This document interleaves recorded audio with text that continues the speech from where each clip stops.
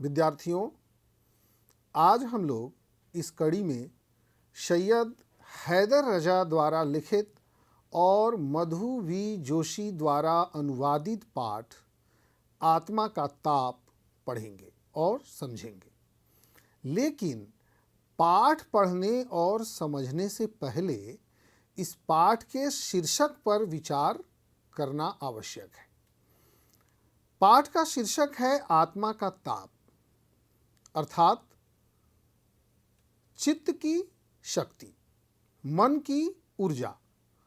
क्योंकि मन की शक्ति के कारण ही रजा साधारण से असाधारण बन सके। यह पाठ साधारण व्यक्ति का असाधारण बनने की कहानी प्रस्तुत करता है।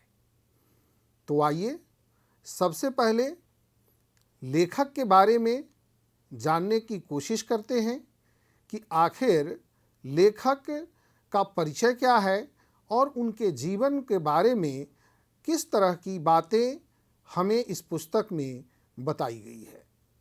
विद्यार्थियों, सैयद हैदर रजा का जन्म मध्य प्रदेश के बावरिया गांव में हुआ था। उनकी स्कूली शिक्षा नागपुर, महाराष्ट्र में हुई थी। उन्होंने गोंदिया में ड्राइंग टीचर की नौकरी की। उन्होंने चित्रकला की शिक्षा नागपुर स्कूल ऑफ आर्ट और sir J school of art Mumbai से प्राप्त की थी। उन्होंने भारत में अपनी कला की अनेक प्रदर्शनियां आयोजित की। इसके बाद 1950 ईस्वी में वे फ्रांसीसी सरकार की छात्रवृत्ति पर फ्रांस गए और वहाँ चित्रकला का अध्ययन किया। उन्होंने आधुनिक भारतीय कला को अंतर्राष्ट्रीय स्तर पर प्रतिष्ठित किया।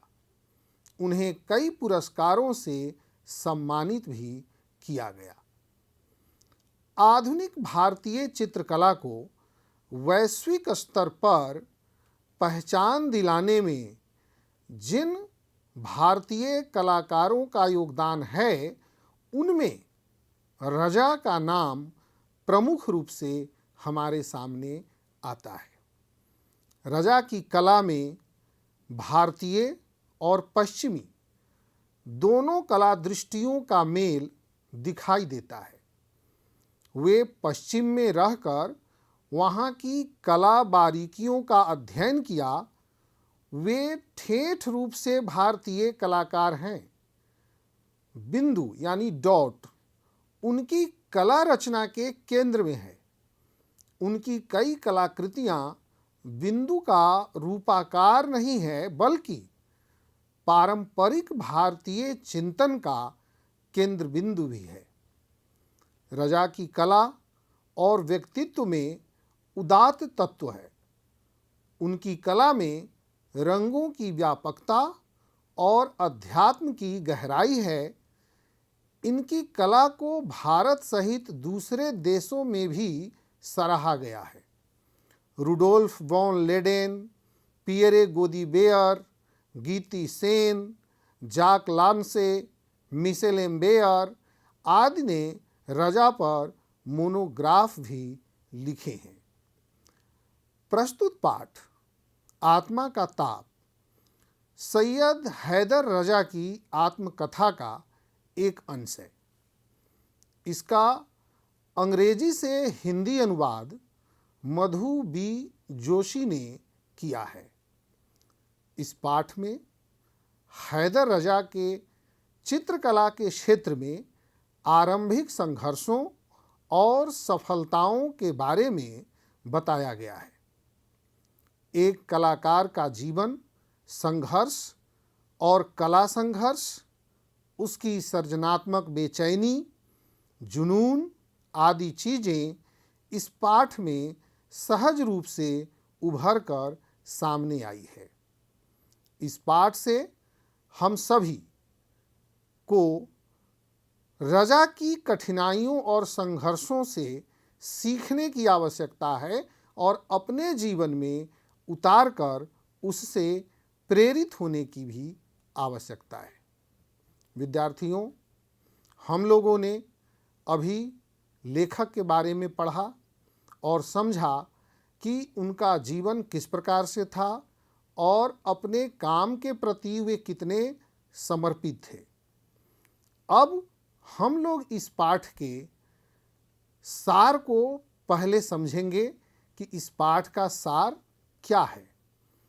उसके बाद मैं थोड़ी चर्चा आपसे करूंगा ताकि आपको यह समझ में आ सके कि आखिर आत्मकथा पढ़ने से हमें किस तरह की प्रेरणा मिलती है। तो आइए पाठ के सार को पढ़ते हैं। पाठ का सार। सैयद हैदर रजा बचपन से प्रतिभावान थे। चूंकि उनके पिता रिटायर हो चुके थे, इसलिए उन्हें खुद नौकरी चाहिए थी। वे गोंदिया में ड्राइंग के अध्यापक हो गए। महीने भर के अंदर ही उन्हें मुंबई के जे स्कूल ऑफ आर्ट में अध्ययन करने के लिए छात्रवृत्ति सरकार से मिल गई, लेकिन देर हो जाने के कारण उन्होंने दाखिला नहीं लिया। अगर वे दाखिला लेते तो उनकी उपस्थिति वहाँ कम हो जाती और उपस्थिति का प्रतिशत वे पूरा नहीं कर पाते, इसलिए उन्होंने वहाँ नामांकन नहीं लिया। लेकिन सरकार ने उन्हें वहाँ से दूसरी जगह नौकरी की पेशकश की, लेकिन रजा मुंबई में रहकर ही पढ़ाई करना चाहते थे। उन्हें मुंबई का वातावरण, वह शहर और वहाँ जो उन्हें मित्र मिले, वे सब उन्हें पसंद आ गए। इसलिए उन्होंने मुंबई छोड़ना वाजिब नहीं समझा और वहीं रहकर आगे की योजना बनाने के लिए वे दृढ़ प्रतिज्ञ हो गए। मुंबई में उन्हें एक्सप्रेस ब्लॉक स्टूडियो में डिजाइनर की नौकरी मिली। कुछ ही दिनों में उनके काम से प्रभावित होकर स्टूडियो के मालिक श्री जलील ने उन्हें मुख्य डिजाइनर बना दिया। सुबह 10 से शाम 6 बजे तक काम करने के बाद वे पढ़ाई के लिए जाया करते और रात होते ही अपने भाई के एक परिचित एक टैक्सी ड्राइवर के घर सोने पहुंच जाते, जो रात को टैक्सी चलाया करते थे। बच्चों, आपको यह समझना होगा कि मुंबई में उस समय भी रहने को लेकर कितनी दिक्कतें थी और अपने लक्ष्य को प्राप्त करने के लिए मनुष्य को कहाँ कहाँ समझौता करना पड़ता है। इससे बड़ा उदाहरण आपको और कहीं नहीं दिखाई देगा। टैक्सी ड्राइवर रात को टैक्सी चलाता था, जिसके कारण उसके कमरे उस समय खाली होते थे और इसलिए रजा रात को जाकर वहाँ सोया करते थे। लेकिन एक दिन एक हादसे में उस टैक्सी में किसी ने किसी व्यक्ति की हत्या करके रख दी थी। जो यह वारदात हुई, इससे वहाँ का माहौल बहुत ही खराब हो गया और ये घटना आकर जलील साहब को रजा ने बताया। जलील साहब को जब उन्होंने ये बातें बताई तो जलील साहब ने उन्हें अपने डिपार्टमेंट में ही उन्हें एक कमरा दे दिया और कहा कि तुम यहीं रहकर काम करो। रजा वहीं रहने लगे और देर रात तक चित्रकारी करते रहते थे। परिणाम यह हुआ कि 4 वर्ष के बाद 1948 में उन्हें बॉम्बे आर्ट सोसाइटी का स्वर्ण पदक मिला। आप सोच सकते हैं कि परिश्रम कभी व्यर्थ नहीं जाता है।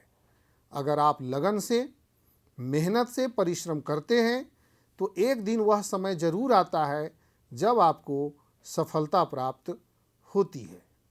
इस सम्मान को पाने वाले वे सबसे कम आयु के कलाकार थे।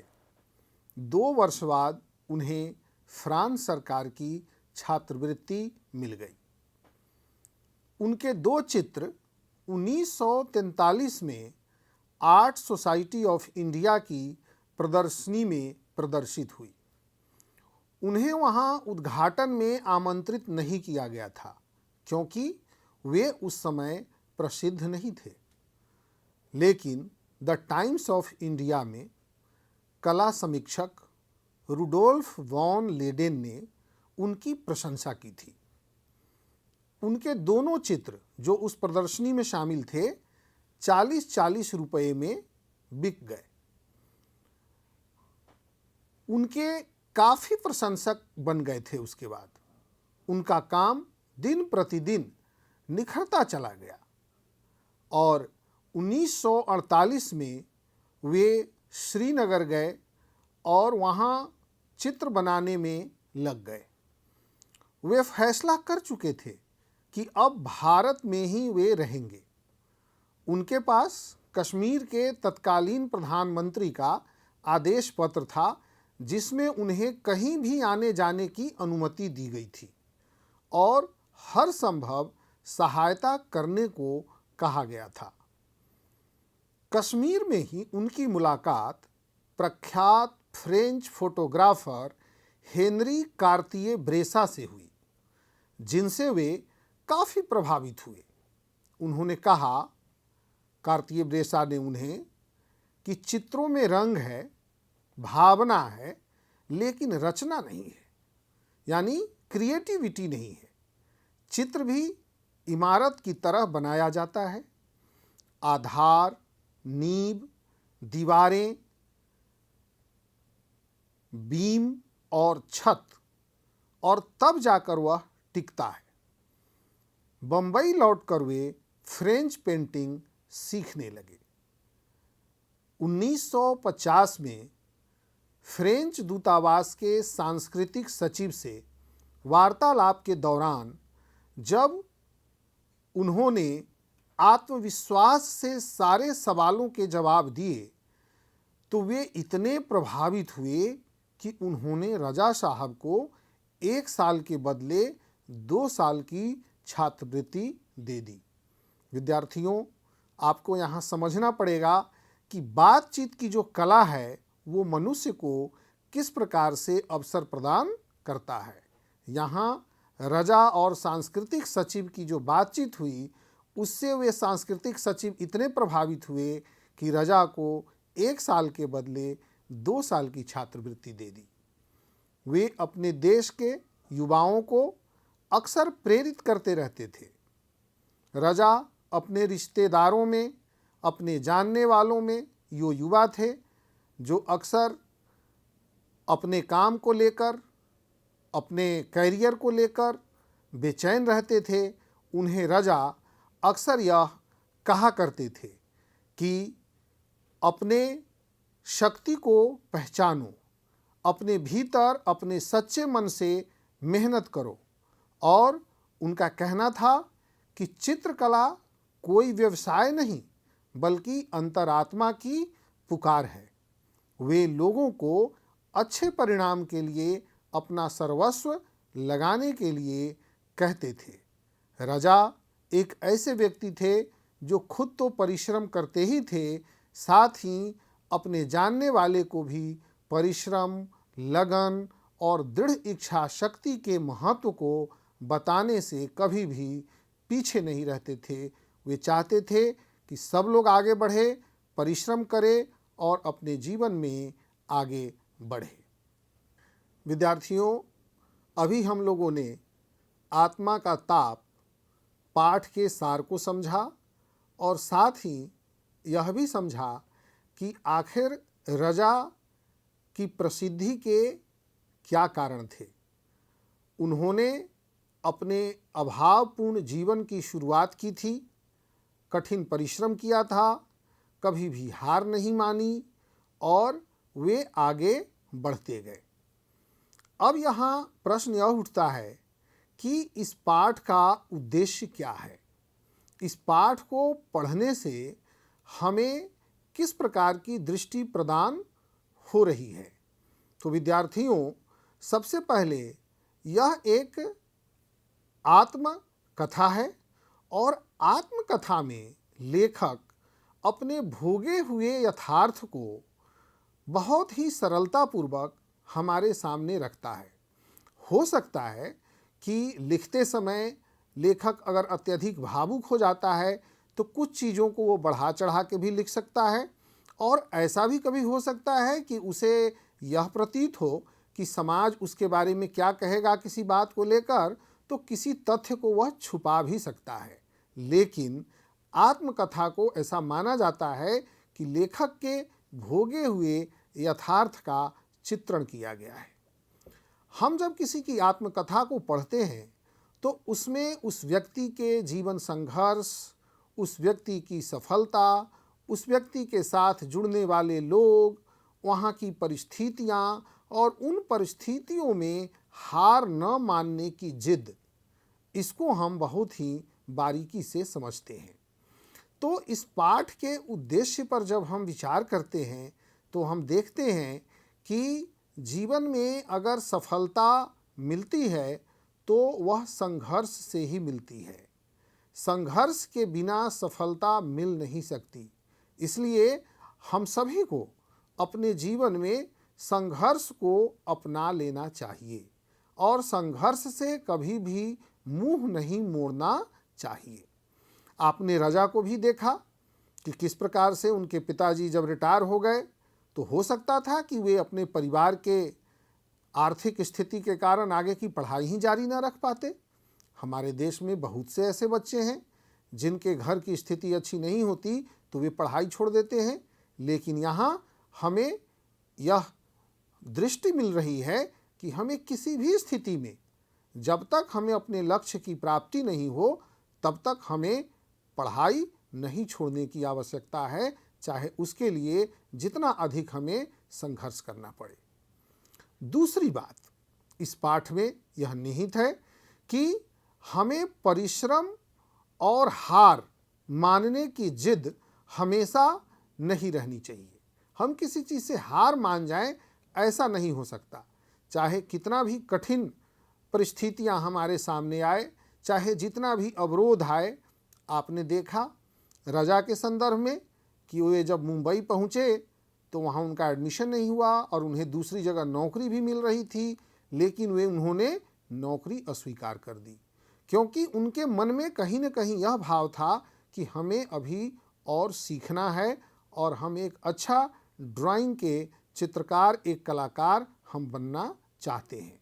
इसलिए वे टैक्सी ड्राइवर के यहाँ भी रहे, रात रात भर जग के काम किया, सुबह से लेकर शाम तक काम किया, रात को काम किया। कभी भी हारने और थकने का नाम उनके जीवन में नहीं था। इसलिए हम सभी को भी कभी हारना और थकना नहीं है। तीसरी बातें, रजा जिस तरह अपने सपने को पूरा करने के लिए लगनशील रहे। आपने देखा कि कश्मीर में फ्रेंच फोटोग्राफर ने उन्हें जो बातें सजेस्ट की, उस बात को उन्होंने बहुत ध्यान से सुना। आजकल हम लोग, हमें कोई कुछ बातें अगर बताता है तो हम हंसकर उस बात को टाल देते हैं, लेकिन अगर हम अपनी कमियों को पहचान लें और उसे लगन के साथ उस पर काम करें तो हम लोग भी रजा की तरह अपने जीवन में अपने सपने को पूरा कर सकते हैं। तो सपना पूरा करने के लिए जो सबसे प्रमुख चीज़ है वह है लगनशील होना। तो आपको भी लगनशील होने की आवश्यकता है। अगली बातें जो हम लोग इस पाठ से सीख रहे हैं कि हमेशा नया सीखने की चाह से ही कामयाबी मिलती है। देखिए, पुरानी चीज़ें बहुत सारे लोग सीख चुके हैं। ऐसी बहुत सारी चीज़ें हैं जो बहुत लोगों को आता है। आप स्पेशल कब हो सकते हैं? आप स्पेशल तभी होंगे जब दूसरों से आप में अलग नया होगा। इसलिए कभी भी कहते हैं ना कि लीक पर वे चलें जिनके चरण हारे हैं, लीक पर मैं क्यों चलूं, मुझे अनंत पंथ प्यारे हैं। तो अगर हम अनंत पथ की ओर बढ़ना चाहते हैं, अमर्त्य अंक को प्राप्त करना चाहते हैं, तो हमेशा नए को गले लगाना होगा। भाषा, जाति, धर्म, संप्रदाय, वर्ग, इन सब के दीवारों से मुक्त होकर आगे निकलकर नया सीखने की चाह जहाँ रहेगी, उनके कदमों में ही फूल बिखर जाएंगे। और जहाँ हम इन चीज़ों के साथ जुड़कर अपने रास्ते को रोक लेते हैं, वही हमारी कामयाबी समाप्त हो जाती है। विद्यार्थियों, तो इस प्रकार पाठ का यह उद्देश्य है और हमें उम्मीद है कि आप इस उद्देश्य को जरूर अपने जीवन में शामिल करेंगे। विद्यार्थियों, अब मैं जरा सी पाठ की भाषा की बात आपसे करूं। बहुत अधिक इस पर बात करने की आवश्यकता नहीं है, लेकिन फिर भी आपको यह समझना है कि यह एक आत्मकथा है और इसकी भाषा एकदम सहज सरल है। इसको समझने में कोई कठिनाई नहीं होती। हाँ, कहीं कहीं विदेशी नामों का जरूर जिक्र है, जिसे आपको हो सकता है याद रखने में या पढ़ने में कठिनाई हो, तो उसे आप 2 से 3 बार 4 बार पढ़ेंगे, समझेंगे, तो वह भी कठिनाई आपकी दूर हो जाएगी। कहीं कहीं मुहावरे और लोकोक्तियों का प्रयोग है, उसे भी वह आपके जीवन का ही अंग है, इसलिए आपको उसमें भी कोई कठिनाई नहीं होगी। आप उसे भी बहुत अच्छे तरीके से समझ लेंगे। इस प्रकार इसकी भाषा बहुत ही अच्छी है और हम लोग इस प्रकार आत्मा का ताप पाठ को समझने का प्रयास किए हैं। विद्यार्थियों, पाठ को आप लोगों ने भली भांति समझा होगा, ऐसा मेरा विचार है। और अब हम इस पाठ के आधार पर आप लोगों के लिए 5 प्रश्न उच्च चिंतन पर आधारित लेकर आए हैं। तो आप इस प्रश्न को देखिए और समझिए और इसे हल करने की भी आप कोशिश करेंगे। पहला प्रश्न है, चित्रकला व्यवसाय नहीं, अंतरात्मा की पुकार है। पाठ के आलोक में कथन का आशय स्पष्ट कीजिए। दूसरा प्रश्न है, रजा की जगह अगर आप होते तो क्या आप अपने सपने को पूरा कर पाते? और तीसरा प्रश्न है, जीवन में सफलता के लिए साहस, संघर्ष और जिद की भूमिका किस प्रकार से महत्वपूर्ण होती है? रजा के संदर्भ में आपको लिखना है। और चौथा प्रश्न है कि तुम्हारे चित्र में रंग है, भावना है, लेकिन रचना नहीं है। कथन में निहित भाव को स्पष्ट कीजिए। और अंतिम प्रश्न है, रजा को सेजा का काम देखने के लिए क्यों कहा गया होगा? विद्यार्थियों, तो मुझे उम्मीद है कि आपको यह पाठ ठीक से समझ में आ गया होगा और आगे फिर हम इस तरह से आप लोगों के समक्ष नए नए पाठ लेकर आते रहेंगे। तब तक के लिए धन्यवाद।